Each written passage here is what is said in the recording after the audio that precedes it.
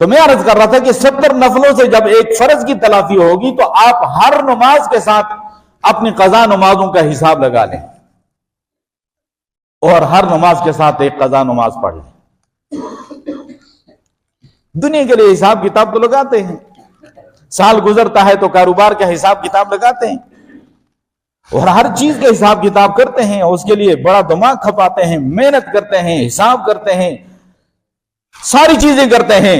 یہاں پر ذرا تھوڑا سا دماغ لڑا کر سوچو، جب سے تم نے ہوش سنبھالا ہے اس وقت سے لے کر آج تک تمہاری کتنی نمازیں رہ گئی،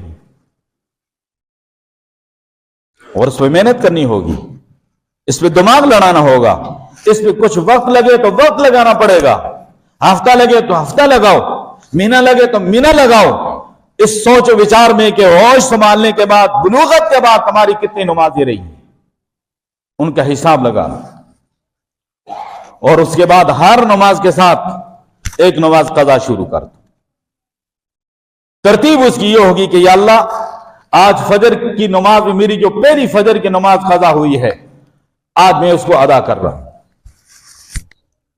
زور میں یا اللہ میری زور کی جو پہلی نماز قضا ہوئی تھی وہ ادا کر رہا ہوں، عصر میں، مغرب میں، عشاء میں، اور ساتھ وتر بھی ہے.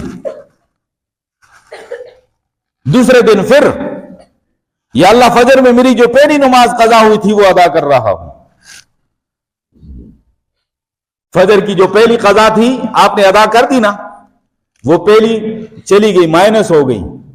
اب دوسری جو پہلی قضا ہے وہ آ گئی اس کی جگہ، یہ پڑھ لی، یہ مائنس ہو گئی. اب اس کے بعد جو پہلی دوسری قضا رہ گئی ہے وہ آ گئی.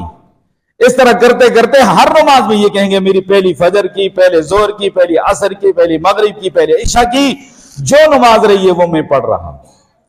ان الفاظ کے ساتھ اپنی نماز شروع کر دو اور تمہاری زندگی میں جو پہلی نماز قضا ہوئی تھی وہ پہلی مائنس ہوتی جائے گی، اور اس کے بعد اس کی جگہ پہلی دوسری نماز لے لے گی وہ جگہ. جب وہ ادا کر لو گے تو وہ مائنس ہو جائے گی، اس کے بعد جو ہے تو آپ کی تیسری جو رہ گئی تھی اور وہ پہلی پہ آ جائے گی. یہ ایک آسان طریقہ ہے اور اس کی کوشش کرو. اور میں آپ کو بتاؤں کہ یہ نماز معاف نہیں ہے. کئی لوگ تو ایسے ہیں کہ انہیں پرواہ بھی نہیں ہے، کئی لوگ ایسے ہیں کہ وہ اپنے بیماروں یا مرحومین کے لیے پھر جناب علی فدیہ کا پوچھتے ہیں. تو پچھلے دنوں کسی شخص کے بارے میں پوچھا گیا فدیہ کا، تو ایک نماز کا فدیہ صدقہ فطر کے برابر ہے. نوجوان غور سے سن لیں، ٹھوکریں کھا کر واپس میں آؤ گے اور پھر جناب علی آخر اللہ کے در پہ آؤ گے اور پھر پچھتاؤ گے کہ ہم نے تو اپنی جوانی کی بہاریں کہاں ضائع کر دی، اپنی نمازیں کہاں ضائع کر دی. بہت پچھتاؤ گے، لیکن وقت ہاتھ سے نکل چکا ہوگا. اسی حالت میں ابھی سے نمازی بن جاؤ، اللہ کی طرف آ جاؤ. نماز معاف نہیں ہے کسی حالت میں. حساب لگایا میں نے، تو آپ کو پتا ہے صدقہ فطر گندم کے حساب سے بھی ہے اور یہ غریب متوسط لوگوں کے لیے ہے. جو مالی لحاظ سے کچھ بہتر ہیں ان کے لیے کھجور کے حساب سے ہے، اور جو اور زیادہ بہتر ہیں اللہ نے وسعت دی ہے ان کے لیے کشمش کے لحاظ سے ہے. اب عجیب بات ہے کہ گندم تقریباً 2 کلو ہے، کھجور اس کے ڈبل ہے، کشمش اس کے ڈبل ہے، اور جو بھی اس کا ڈبل ہے. اب اس کی کیا حکمت ہے کہ جس زمانے میں یہ احکامات اترے اس زمانے میں گندم دستیاب نہیں تھی، کھجور دستیاب، کشمش دستیاب، جو بھی دستیاب، لیکن گندم دستیاب نہیں تھی. وہ 2 کلو اور باقی کھجور اس کے ڈبل، کشمش اس کے ڈبل، جو اس کے ڈبل. اب اس حساب سے دیکھو، چلو ہماری سوئی تو آگے گندم پہ اٹکی ہوتی ہے، حالانکہ یہ غریب لوگوں کے لیے جو صدقہ فطر کی مقدار ہے اور متوسط طبقے کے لیے ہے. جن کو اللہ نے وسعت دی ہے وہ کھجور کے مطابق صدقہ فطر ادا کریں، وہ کشمش کے مطابق صدقہ فطر ادا کریں. تو جو گندم کے حساب سے میں نے حساب لگایا تو وہ علاقہ سستا تھا جہاں کا مسئلہ پوچھا گیا، تو میں نے حساب لگایا 200 روپے، یعنی 100 روپے گندم کا حساب لگایا. 1.5 سال کے میں نے جب اس کے حساب لگایا تو 1.5 سال کی نمازوں کا جو فدیہ بنا تھا وہ تقریباً 6.5 لاکھ روپے. 1.5 سال کا میں نے حساب لگایا تو وہ تقریباً 6.5 لاکھ روپے بنے تھے. یہاں پر گندم تو کم از کم نہیں تو 250 کی تو ہوگی. آپ یہاں کے ریٹ کے مطابق یعنی 2 کلو کا حساب لگائیں یا آٹے کا حساب لگائیں وغیرہ. تو اب مسئلہ یہ ہوا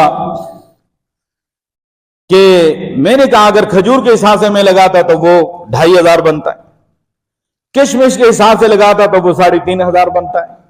درمیانہ اوسط کھجور اور اوسط درمیانہ کشمش کی بات کر رہا ہوں، کیونکہ اس کا ڈبل ہے نا، تو پھر کتنی رقم بنتی؟ اب میں نے حساب کر کے بتایا کہ بھئی 1.5 سال کا تقریباً 6.5 لاکھ روپے یہ اوسط جو صدقہ فطر کی مقدار ہے گندم کے حساب سے، وہ نسبتاً ارزاں علاقہ ہے، تو یہ بن رہا ہے۔ تو انہوں نے ارادہ کیا کہ ہم یہ اپنے والد صاحب کا، اپنے بزرگوں کی فدیہ ادا کریں گے۔ اب یہ میں ایک مثال دے رہا ہوں، اب ہمارے کتنے سالوں کی نمازیں ضائع ہو رہی ہیں، تو اس کا کیا بنے گا؟ اس لیے ابھی سے فکر کرو، اپنی نمازوں کو قیمتی بناؤ اور نماز ضائع ہونے سے بچاؤ، اور مساجد میں آؤ، جماعت کے ساتھ نماز پڑھو۔ پیارے محبوب صلی اللہ علیہ وسلم نے فرمایا کہ بشر المشائین فی الظلم الی المساجد بالنور التام یوم القیامہ، خوشخبری سنا دو مساجد کی طرف اندھیروں میں چلنے والے جو ہیں ان کو قیامت کے دن جو ہے تو نور کے ممبر اللہ عطا کریں گے، اور مکمل نور ان کو اللہ عطا کریں گے، جو اندھیروں میں مسجد کی طرف چلتے ہیں، عشاء کو چلتے ہیں، فجر کو چلتے ہیں۔ اور فرمایا کہ من صلی العشاء فی جماعت، جس نے عشاء کی نماز جماعت کے ساتھ پڑھ لی، فکأنما قام نصف اللیل، گویا کہ اس نے نصف رات تک قیام کیا اور نماز پڑھتا رہا۔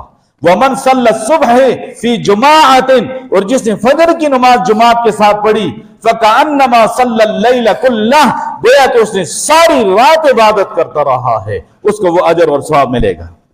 تو اس کی کوشش کریں، ارادہ کریں، انشاءاللہ نماز پابندی سے ہم پڑھیں گے۔ اور فرمایا 40 دن تک جو جماعت کے ساتھ نماز پابندی سے پڑھے گا، فرمایا کہ اس کو 2 پروانوں کی خوشخبری سنا دو، ایک وہ منافق ہو کر نہیں مرے گا اور ایک وہ جہنم میں نہیں جائے گا۔ جو 40 دن جماعت کے ساتھ نماز پڑھے گا، ارادہ کرتے ہیں سارے انشاءاللہ، اللہ میں توفیق عطا فرمائے۔